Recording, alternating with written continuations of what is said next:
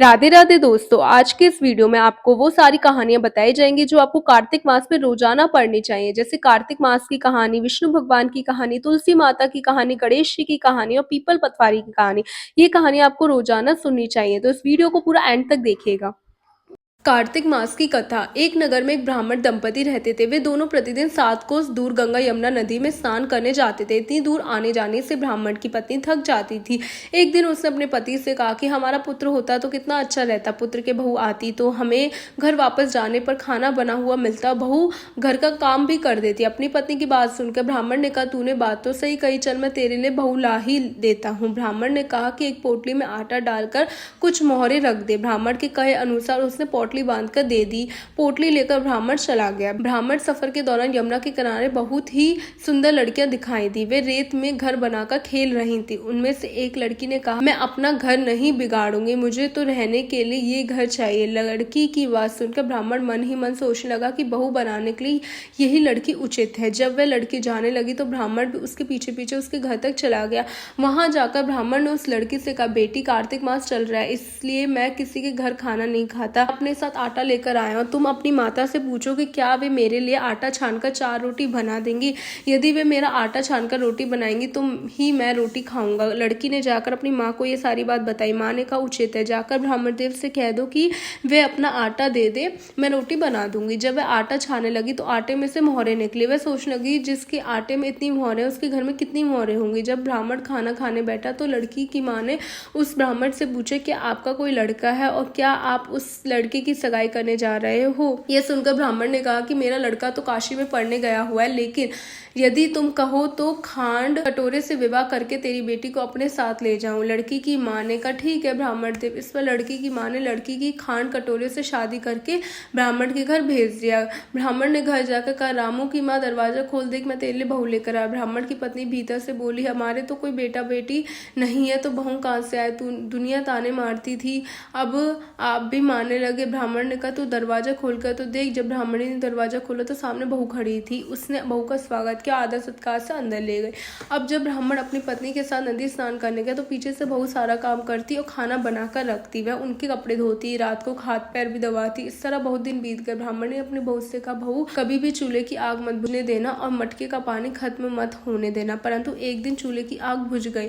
ये देखकर बहू घबरा गई और भागी भागी अपनी पड़ोसन के पास गई और कहा कि मेरे चूल्हे की आग बुझ गई है, मुझे थोड़ी आग चाहिए। मेरे सास ससुर सुबह 5 बजे से गए हुए हैं, वे थके हुए घर आएंगे, इसलिए मुझे उनके लिए खाना बनाइए। यह सुनकर पड़ोसन ने कहा, तू तो बावली है, तुझे ये दोनों मिलकर पागल बना रहे हैं, इनके कोई पुत्र नहीं है, ये निसंतान है। बहू ने कहा, नहीं ऐसा मत बोलो, इनका बेटा तो बनारस काशी पढ़ने गया हुआ है। इस पर पड़ोसन ने कहा, ये तुझे झूठ बोल रहे हैं, मेरी बात सच मान, इनका कोई बेटा नहीं है। अब बहू पड़ोसन की बातों में आ गई और कहने लगी कि आप ही बताओ मैं क्या करूं। पड़ोसन ने कहा, करना क्या है, जब तुम्हारे सास ससुर आए तो जली हुई रोटियां बनाकर देना, बिना नमक की दाल बनाकर देना, खीर की कलछड़ी दाल में और दाल की कलछी खीर में डाल देना। पड़ोसन ने उसे अच्छे से सिखा पढ़ा दिया। फिर जब उसके सास ससुर घर आए तो उसने ना तो उनका आदर सत्कार किया, ना उनके कपड़े धोए।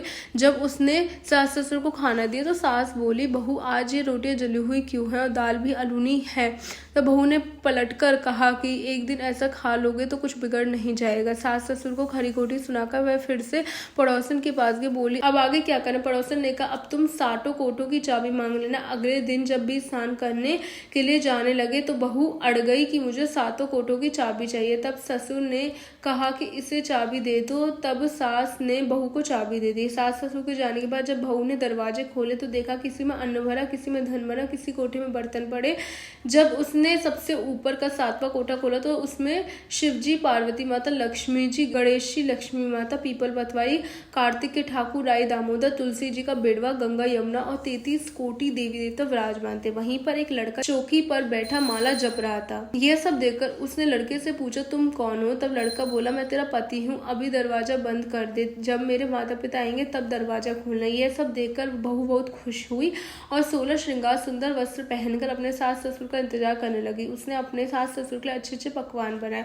जब उसके सास ससुर घर पर आए तो उसने उनका आदर सत्कार किया, प्रेम पूर्वक खाना खिलाया और हाथ पैर दबाने लगे और दबाते हुए बहू ने कहा कि माँ आप इतनी दूर स्नान गंगा यमुना स्नान करने जाती हो तो आप थक जाती हो, इसलिए आप घर पर ही स्नान क्यों नहीं करती हो। ये सुनकर सास कहने लगी बेटी गंगा यमुना घर पर तो नहीं बहती ना।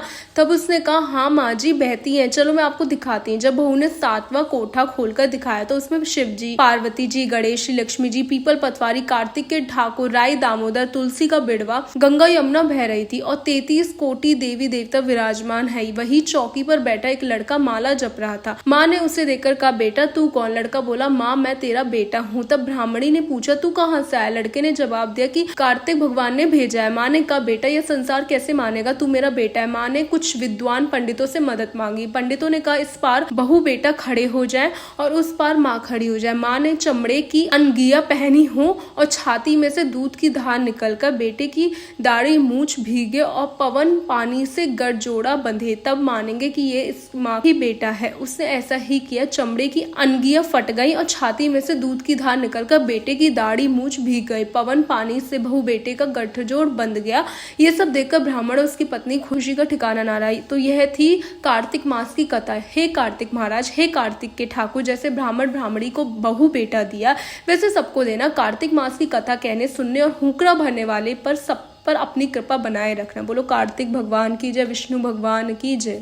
कार्तिक मास कथा का पाठ पूरे कार्तिक महीने करना चाहिए। इस साल कार्तिक महीना 8 अक्टूबर से शुरू हो चुका है। धर्म ग्रंथों में इस महीने को सर्वश्रेष्ठ महीना का दर्जा प्राप्त हुआ है। पुराणों के अनुसार कार्तिक मास में स्नान दान, दीपदान, तुलसी पूजन और कार्तिक कथा पढ़ने का विशेष महत्व माना गया है। वैसे तो कार्तिक महीना के हर दिन कई अलग अलग कथाएं पढ़ी जाती है, लेकिन एक ऐसी कहानी है जिसे अगर आप इस महीने के हर दिन पढ़ते हैं तो आपके जीवन के सभी कष्ट दूर हो जाएंगे। चलिए बताते कार्तिक मास की इस चमत्कारी कथा के बारे में। कार्तिक मास की कथा के अनुसार एक गांव में एक बुढ़िया रहती थी जो कार्तिक का व्रत रखा करती थी। उसके व्रत खोलने के समय भगवान कृष्ण आते और एक कटोरा खिचड़ी रख के चले जाते। उस बुढ़िया के पड़ोस में एक औरत रहती थी जो ये देखकर जला करती थी इसका कोई नहीं है, फिर भी इसे खाने के लिए खिचड़ी मिल ही जाती है। एक दिन कार्तिक महीने का स्नान करने बुढ़िया गंगा गई और पीछे से कृष्ण भगवान उसके लिए खिचड़ी रख गए। पड़ोसन ने देखा कि अभी बुढ़िया घर पर नहीं है, तब वह कटोरा उठाकर घर के पिछवाड़े फेंक गई। जब कार्तिक स्नान करके बुढ़िया घर आई तो उससे खिचड़ी का कटोरा नहीं मिला, वह भूखी ही रह गई। बार बार एक ही बात कहती कि कहाँ गई मेरी खिचड़ी और कहाँ गया मेरा खिचड़ी का कटोरा। पड़ोसन ने जहाँ खिचड़ी गिराई थी वहाँ एक पौधा निकल आया जिसमें 2 फूल खिले। एक बार राजा उस बुढ़िया के घर के पास से निकला तो उसकी नजर उन दोनों फूलों पर पड़ी और वह उन्हें तोड़कर घर ले आया। उसने वह फूल रानी को दिए जिससे सूंघने पर रानी गर्भवती हो गई। कुछ समय बाद रानी ने 2 पुत्रों को जन्म दिया। जब वे दोनों बड़े हो गए तब वह किसी से बोलते नहीं थे, लेकिन जब वे दोनों शिकार पर जाते तो रास्ते में उन्हें वही बुढ़िया मिलती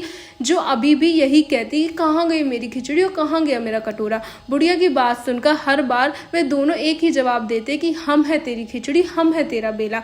एक बार राजा के कानों में बात पड़ गई तो उसे आश्चर्य हुआ कि दोनों लड़के किसी से नहीं बोलते, लेकिन ये बुढ़िया से कैसे बात करते। तब राजा ने बुढ़िया को राजमहल बुलवाया और कहा कि हमारे दोनों पुत्र किसी से बात नहीं करते, लेकिन ये तुमसे कैसे बोलते हैं। बुढ़िया ने कहा कि महाराज मुझे नहीं पता कि कैसे मुझसे बोल रहे हैं। मैं तो कार्तिक मास का व्रत किया करती थी और कृष्ण भगवान मुझे खिचड़ी का बेला भरकर दे जाते थे, लेकिन एक दिन जब मैं कार्तिक स्नान करके घर वापस आई तो मुझे वह खिचड़ी नहीं मिली। तब मैं कहने लगी कि कहाँ गई मेरी खिचड़ी और कहाँ गया मेरा बेला। तब इन दोनों लड़कों ने मेरी बात सुनी तो ये कहने लगे कि तुम्हारी पड़ोसन ने तुम्हारी खिचड़ी फेंक दी थी तो उसके 2 फूल बन गए थे, तो उससे 2 फूल बन गए थे। वे फूल राजा तोड़कर ले आया, रानी ने सुंघाया तो हम 2 लड़कों का जन्म हुआ। हमें भगवान ने ही तुम्हारे लिए भेजा है। सारी बात सुनकर राजा ने बुढ़िया को महल में ही रखने को कहा। हे कार्तिक महाराज, जैसे आपने बुढ़िया की बात सुनी वैसे सबकी सुन, वैसे ही आपका व्रत करने वालों की भी सुनना। बोलो कार्तिक महाराज की जय, विष्णु भगवान की जय। ओम नमो भगवते वासुदेवाय नमः। बुढ़िया माई को मुक्ति दो। तुलसी माता की कहानी। कार्तिक महीने में एक बुढ़िया माई थी जो तुलसी जी को सींचती और कहती है तुलसी माता सत की दाता, मैं तेरा बिड़ला सींचती हूँ, मुझे बहू दे, पीताम्बर की धोती दे, मीठा मीठा घास से, बैकुंठ में बात से, चटक की चाल दे, पटक की मौत दे, चंदन का काट दे, रानी सराज दे, दाल भात का भोजन दे, 11 की मौत दे, कृष्ण जी का कंधा दे।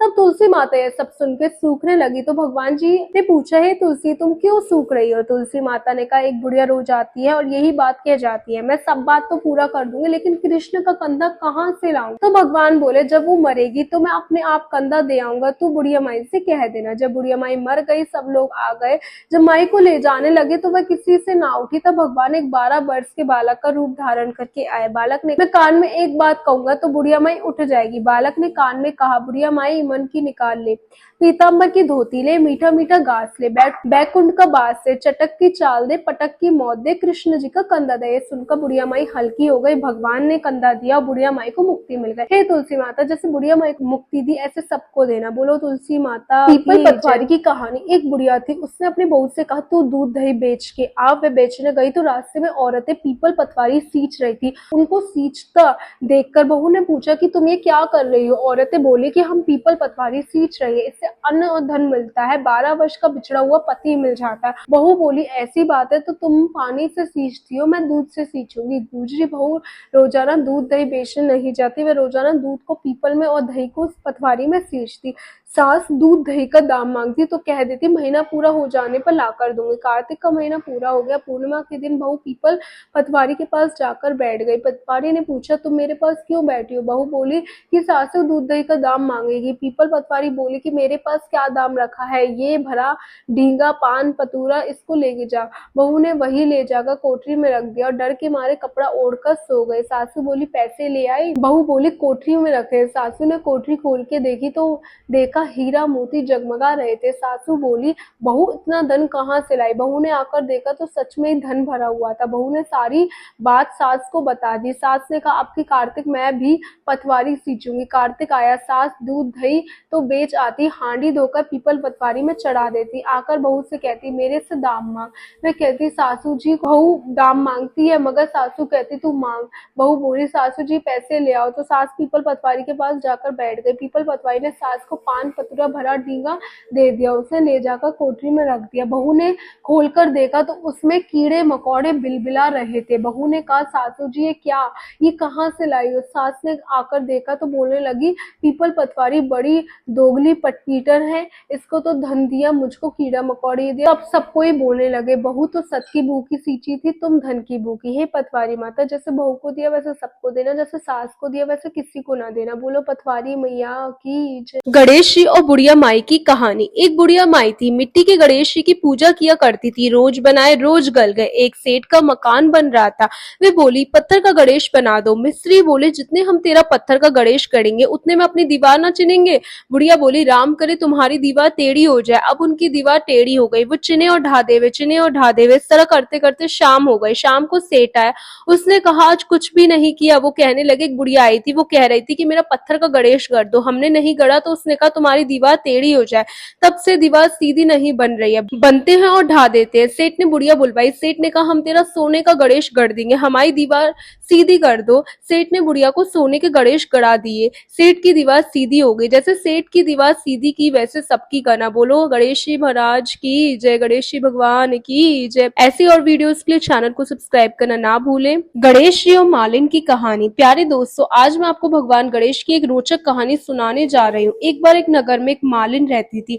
उसके पति चल बसे थे। उसके एक 4 साल का पुत्र था। उसकी सास कठोर हृदय की, वे बहू को बहुत तकलीफ देती थी। एक दिन सास ने बहू और पोते को घर से निकाल दिया। वे दोनों रोते हुए चलते चलते जंगल में जा पहुंचे। वहां एक बड़े पेड़ के नीचे बैठ गए।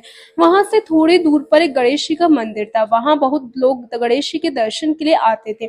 दर्शन करके गणेश जी को प्रसाद चढ़ाते थे। फिर वे प्रसाद सबको बांट देते थे। इस प्रसाद से माँ बेटे का गुजारा होने लगा। दोनों गणेश जी की पूजा पाठ करने लगे। एक दिन उन्होंने सोचा क्यों ना हम भी जंगल से फूल लाकर बेचे। वे रोज जंगल से फूल लाकर उसकी माला बनाकर बेचने लगी। साथ में पूजा की सामग्री और प्रसाद भी बेचने लगी। इससे उनको आमदनी होने लगी। गणेश जी की कृपा से आमदनी बढ़ने लगी। जल्दी उन्होंने एक मकान और एक दुकान बना ली। एक राजा की लड़की मंदिर में रोज पूजा करने आती थी। मालिन के बेटे को देखकर राजकुमारी उस पर मोहित हो गई और उससे विवाह करने की सोचने लगी। उसे अपनी भाभी से अपने मन की बात कही। भाभी अनुभवी थी। उसने कहा ये तो मालिन का बेटा है और तुम एक राजा की बेटी हो, यदि तुमने उससे विवाह किया तो तुम्हारी बहुत बेइज्जती होगी। पर राजकुमारी अपनी बात पर अड़ी रही। उसने कहा, मैंने तो प्रतिज्ञा कर ली है, उसी से विवाह करूंगी। भाभी ने घर जाकर सारी बात राजा को बता दी। राजा ने मना नहीं किया, विवाह के लिए तैयार हो गए। उन्होंने बड़े धूमधाम से बेटी का विवाह मालिन के बेटे के साथ करा दिया। मालिन ने सबसे पहले बेटे बहू को गणेश जी के मंदिर में ले जाकर पूजा पाठ करवाया, गणेश जी का आशीर्वाद दिलवाया। इसके बाद पूरे नगर में बात फैल गई कि गणेश जी की पूजा करने से सब दुख कष्ट दूर होते हैं। ये बात सुनते ही नगर के सभी लोग मंदिर आने लगे। मालिन और उसके बेटे की बिक्री और बढ़ गई। उधर उसकी सास के बुरे दिन आ गए। अन्नदाता उससे रूठ गए, वह भूखी मरने लगी। एक दिन वह रोती धोती उसी गणेश जी के मंदिर में आ पहुंची। वहां वह मालिन के बेटे से बोली, मैं भूखी हूँ, मुझे रोटी कपड़ा दे देना, इसके बदले में मैं तुम्हारा सारा काम कर दूंगी। लड़के को दया आ गई और उसने काम पर रख लिया। उसने अपनी दादी को नहीं पहचाना। जब मालिन घर आई तो उसने सास को पहचान लिया। वह सास से बोली, सासू जी आप यहाँ कैसे? सास ने पोते की तरफ इशारा करके कहा, मेरी इस सेठ के यहाँ नौकरी लग गई है। बहू बोली, ये आपका पोता और ये घर भी आपका है, ये दुकान भी आपकी है। जब आपने हमें घर से निकाला तब गणेश जी ने हमारी रक्षा की। बहू की बात सुनकर सास बोली, मेरी करनी मैंने भोग ली।